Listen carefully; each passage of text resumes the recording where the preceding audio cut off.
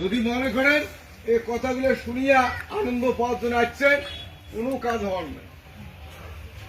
আমার ওই সেদিন যখন কবিরাজের কান বকে দিয়া খেসরাদা ছাওয়াটাক ভাল করে, চটকি উঠে ছাওয়াটাক ভাল করে, জট ধরা ছাওয়াটাক ভাল করে, তেমনি আমরা দিকেটার খুঁজবাই ত্রিপুরা অ্যাসোসিয়েশন জট ধরা বৃহত্তর খুঁজবার মানে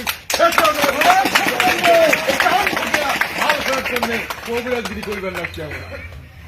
আমরা এই মন্ত্রের কথা মাইক দিয়ে কই না, মাইক দিয়ে কোন বেলা কই, হাতির দাঁত দুইটা, যে দুটোর দাঁত দেখা যায় ওই দুটো শো, ওই দুটোর দাঁত দেখিয়ে মানুষই ভয় খায়, বড় দাঁতা লাগে একটু হচ্ছে, কিন্তু ওই দুইটা হাতি, ওই দুটোর দাঁত হাতির কাজল লাগে না, বরঞ্চ নাটা বাটা করে যাবে, কাজল লাগে, এখানে বুঝতে হয় অসুবিধা হয়।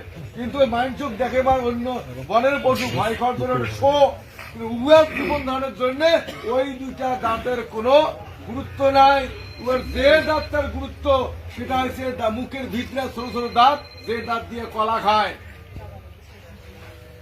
তাহলে কোনটা দাঁতের গুরুত্বপূর্ণ, যেটা দেখা যায় নারাং সারাং ভিতরে বাইরা, ওইটা গুরুত্বপূর্ণ ওই ভাষিটার জন্য, নাকি যেটা নিজের সাংগঠনিক ভিত শক্ত করে গেলে যদি ফসায়, সাংগঠনিক ভিত শক্ত করিয়া আমার সাংবিধানিক অধিকার ফেরত চান, তাহলে মৌখিক আলোচনা মনোযোগ দিয়ে শুনবেন, তাহলে কাজল লাগবে।